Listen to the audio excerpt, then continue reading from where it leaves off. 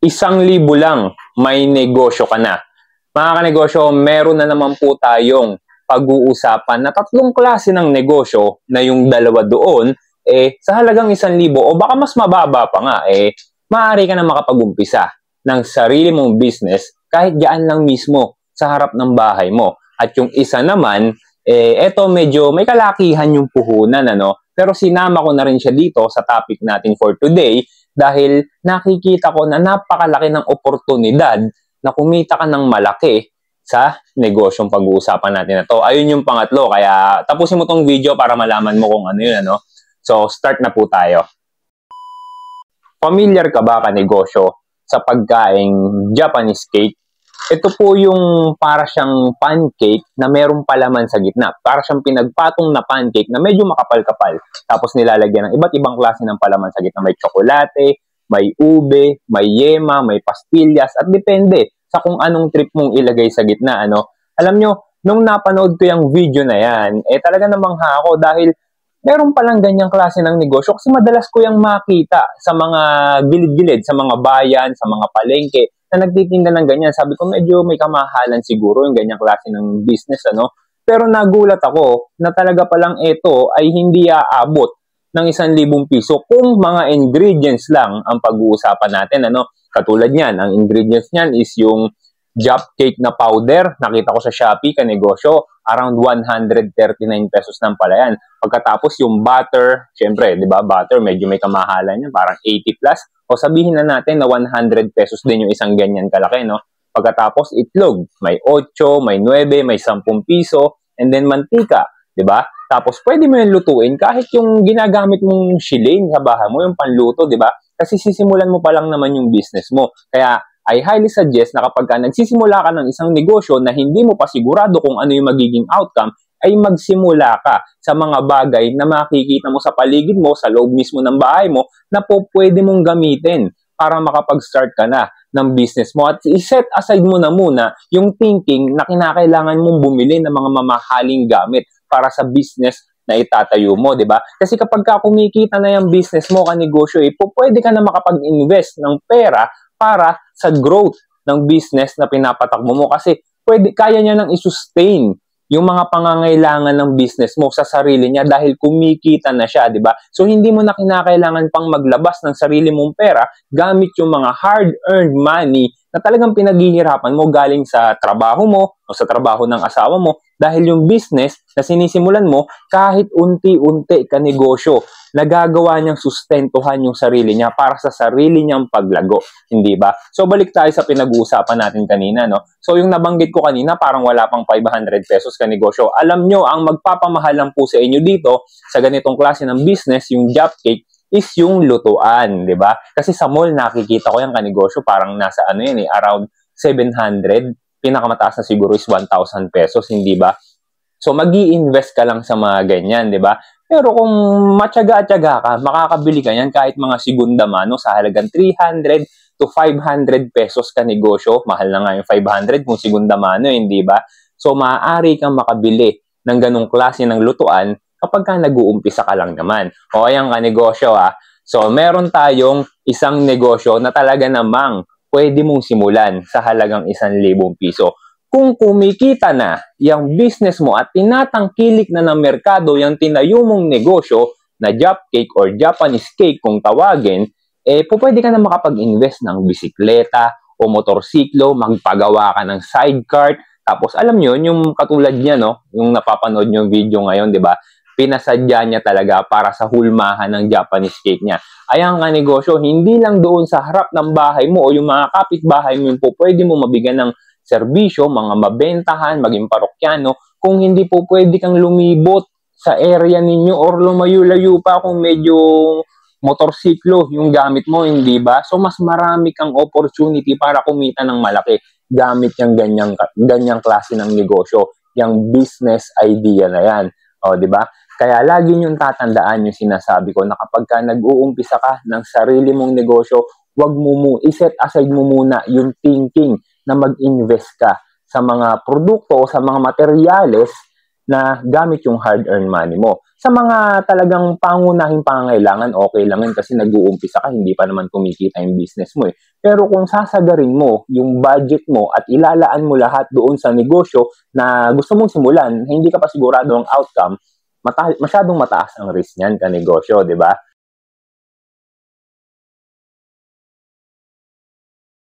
Sobrang namangha ako sa masasabi kong isang brilliant idea ang naisip nitong isang matandang negosyante na nagmula pa sa isang probinsya na hindi ko na matandaan kung saan ano. Alam niyo po kasi, ang kanya naisip na business is napakasimple lang naman. Alam niyo kung ano? Walang iba. Kung hindi, paluto ng pansit canton. Ayan mga kanegosyo, tignan nyo ng maigi. Napakalupit ng idea ni Kuya. Alam nyo, talagang meron na ako nakikita ibang mga tao na gumagawa niyan at naalala ko nung empleyado ako doon sa karinderya na kinakainan ko is pwede ka magpaluto ng ganyan, pansit canton, ano? Kung pupunta ka, kakain ka sa isang karinderya, eh, di ba, nag-expect ka ng mga pangkaraniwang ulam, mga Filipino food na ulam, pero kapag ka pumunta ka sa tindahan nito ni tatay, eh, makikita mo walang iba. Kung hindi pansit canton lang, hindi ba?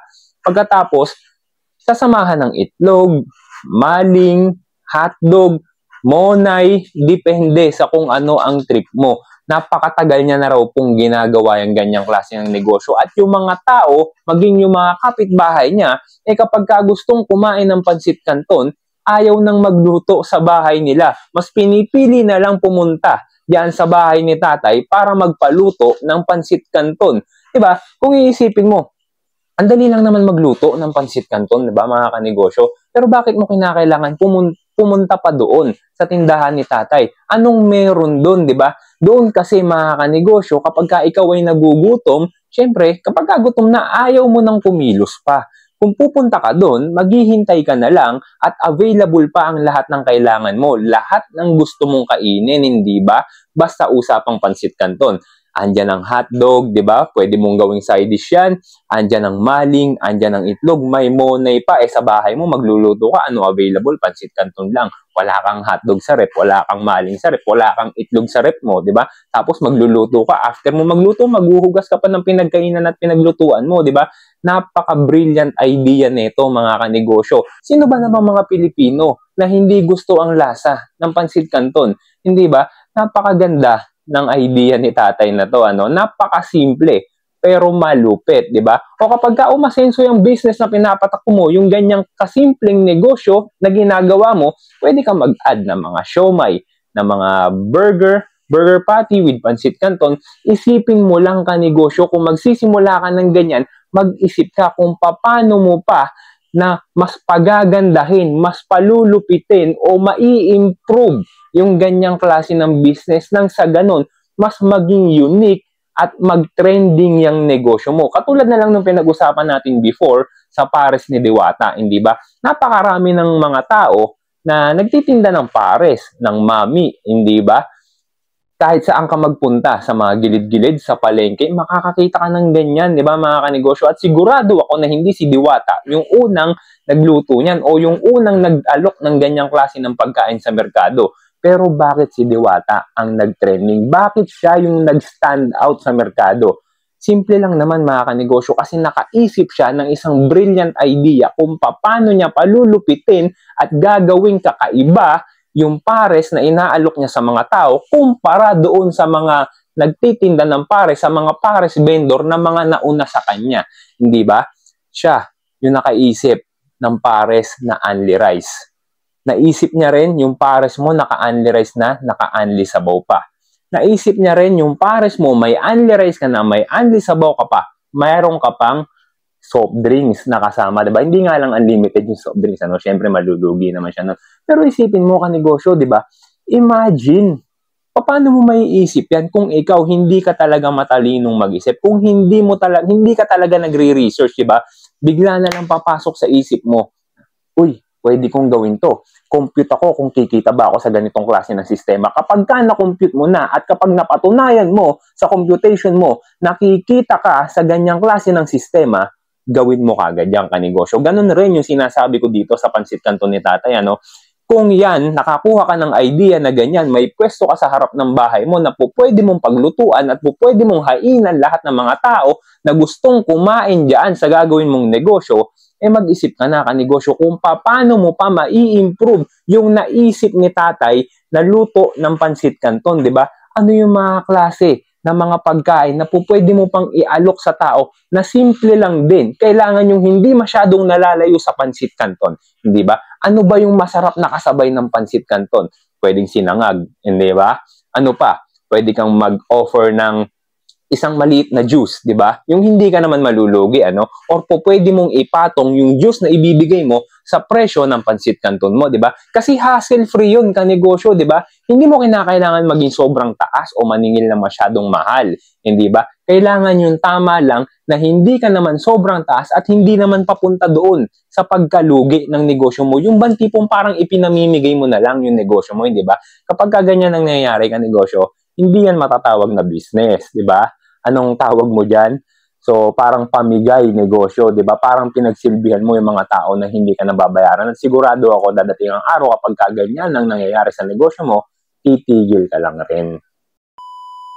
Etong pangatlong negosyo na pag-uusapan po natin, ito ay may kataasan ng puhunan dito, no? Kaya kung ikaw hindi ka pa masyado nakakaipon at wala pa sa budget mo, yung talagang medyo mataas na puhunan, po pwede mo nang i-skip tong video na to, ano? Pero kung ikaw naman, naghahanap ka talaga ng isang negosyo na talaga namang napakalaki ng opportunity na kumita ka na maganda-ganda, panoorin mo to, baka sakali na magustuhan mo. Ito pong ice cream business, mga kanegosyo. Palagi po natin itong naisasama sa ating mga vlogs, ano? Alam nyo kung bakit? Dahil sa tindahan ko, mga kanegosyo, is available din po ang ice cream na paninda na inaalok ko sa mga tao, no? At masasabi ko na talaga pong napakaganda ng kitaan dito. At ito nga po, yung napapanood nyo ng video, talaga pong siya yung pinaka-successful, masasabi ko, na napanood ko na nagtitinda ng ice cream sa merkado. And parang wala siyang ibang negosyo kung hindi ice cream lang, ano? At meron na siyang 2 branches, mga kanegosyo. Simula nung napanood ko siya, hindi ko lang alam ngayon kung ilan na yung branches na meron siya, no?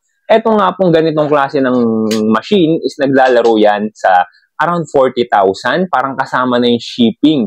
So parang malinis na yon. At ito nga pong si ate, nag-aalok nga rin siya. Nabanggit niya naman sa video na kung gusto mong less hassle, kasi yung machine, mga kanegosyo, manggagaling pa po yan sa China.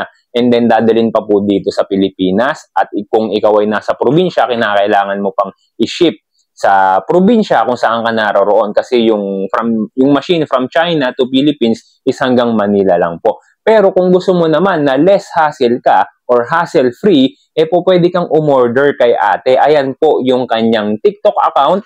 Diyan mo siya po pwedeng ma-message kung talagang interesado ka. Ako po, mga kanegosyo, by the way I am not connected dito sa may-ari ng video na ito. Pero ako kasi alam nyo naman kapag nakakita ako ng isang business idea na talagang alam kong makakatulong sa mga Pilipino, isi-share po natin yan. At nakita ko nga yung kagandahan ng business model na ginagawa nito ni ate, no? Kung gusto nyong less hassle, po pwede kayong umorder kay ate. Sabi niya, 25,000 lang daw ang kinakailangan yung i-down para nang sa ganun, maka-order ka na ng sarili mong machine, tapos siya na bahala. Kayo nang bahala mag-usap dalawa.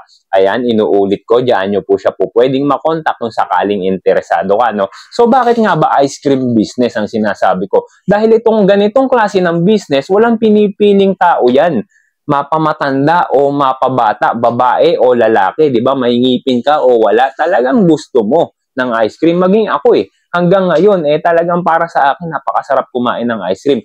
Kahit na umuulan, bumabagyo, especially kapag tirik na tirik ang araw. Mga tao gusto nung makakaing malamig, hindi ba? At kapag ganyan ang klase ng business mo, talagang ayan yung mga klase ng mga ang gandang tignan, lalo na kapag nilagyan mo ng tsokolate, nilagyan mo ng mga sprinkles, nilagyan mo ng iba't ibang flavors, may strawberry, tapos yung ginagawa niya, nilalagyan niya pa ng Chucky, ng Dutch Mill, di ba? Napaka-unique, mga kanegosyo. At tayong mga Pilipino, karamihan sa atin ay may sweet tooth.